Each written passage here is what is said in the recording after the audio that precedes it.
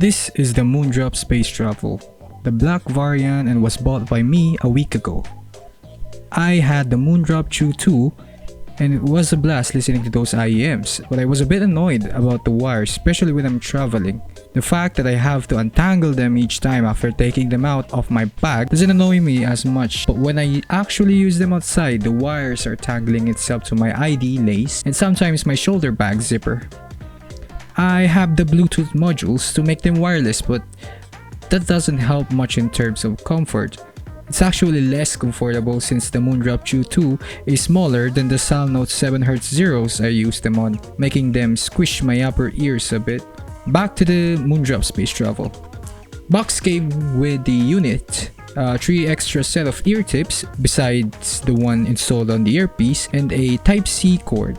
That was one of the reasons I bought this set. The main reason was the ANC. Compared to your traditional passive noise cancelling IEMs, this one has the algorithm set on noises that are on the lower side of the spectrum, where the noise is deeper and bassier rather than the upper white noise, meaning it will mask the noises of cars, motorcycles, rain, classroom or office conversations, any bee-like noises. However, it doesn't mask noises that are sudden, like hammering something, popping on vehicle exhaust pipes, karaokes, thunders, etc. But it can be alleviated when you're playing music at 80% when they're turned on. On the note of volume, the Space Travel is quiet. The indicator, which is a cute anime girl saying shh, and hey, is quite nice, but in a busy area, it could be quite hard to distinguish the indication because of how quiet the girl is. I mostly just guess by starting on the ANC profile, since the modes switch by ANC, normal, and transparent mode in respective order. While we're at modes, let's talk about the touch controls of this earphone. To play and pause, it's a tap. For previous, you double tap on the left earpiece. For next, you double tap the right one. For your phone assistance, you triple tap any of the earpiece. Now for ANC, you have to hold down any piece for about 3 seconds until you hear the indicator. To switch modes, you hold it again for 3 seconds, then it becomes normal mode. Do it again and it becomes transparent mode. There is a switch for it to also go into game mode, one of which is where the latency is lowered by about 50 milliseconds compared to the music mode. To switch it, you have to tap any of the earpiece 4 times. You will hear a cute anime girl voice saying music mode or game mode. We'll next talk about the battery. In my experience, I've never heard it say that it's low on battery, most likely because I listen to short bursts rather than a one long session. It says on the box that the earphones have 4 hours of battery and the case having 12 hours. Most time of use on the earpiece consecutively is 2.5 hours, usually because that's when my ears started to hurt. We'll talk more about that later. Space Travel also charges an hour for the earpiece from 0% to 100%, with the case usually 2 to 3 hours. Not bad in my opinion, good enough to last a whole day with these set of earphones. Now it's time for comfort.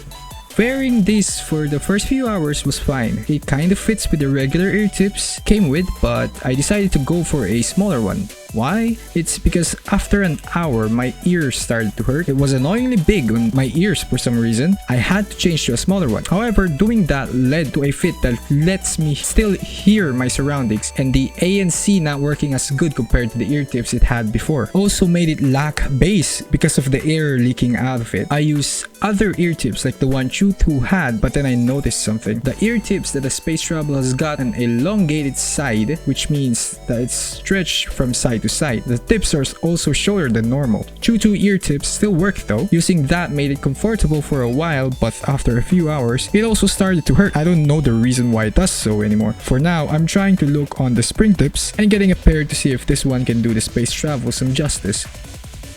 The design of the Space Travel is pretty unique. Definitely something that can catch some eyes when you're in public because of the color of the case that it uses. And the boxy style it has, quite nice. It has a Type-C charger at the bottom.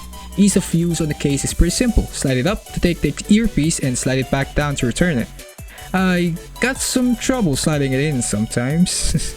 But you know, nothing like a good old adjustment can do the fix. It doesn't fall by the way. It just sticks because of the strong magnet that it has, so no worries there. But if you really want to be sure, Moondrop is selling these leather pouches that you can put the case in. Pretty stylish if you ask me. This is what the light indicator is when the device is charging the earpiece, and this is what it looks like when the case is charging. It should glow orange while charging and turns the light off when it's done. Pretty simple. Now that we're done with all that, we move on to the fun part, the sound quality. This is the sound signature for the Space Travel. It's fairly flat and almost similar to the Chew 2, but I don't really listen to both earphones on their default signature. I use this app called Wavelet, where it allows me to set a custom EQ to these devices. If you look online and search Auto EQ, you'll find predefined EQs set for these devices. They're free and definitely worth to give a shot if you're tired of listening to your EQ-less devices. It gives them a fresh new breath. Just go to autoeq.app and find your specific device. After that, scroll down to pick which EQ you want. There are a lot of choices, but my best recommendation is the Auto EQ preset, where it sounds pretty much how sound engineers or composers want their music to sound like. Then scroll down again to find the download button and you'll start downloading a text file.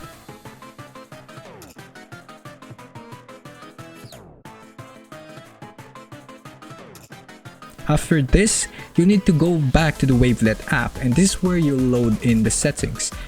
Once you open the app, select Auto EQ, tap the headphone model. On the bottom left, there's an import. Tap that and your downloads folder will show. From there, tap the .text file you just downloaded, then you'll just select it after tapping the headphone model again. After that, just turn it on. Voila!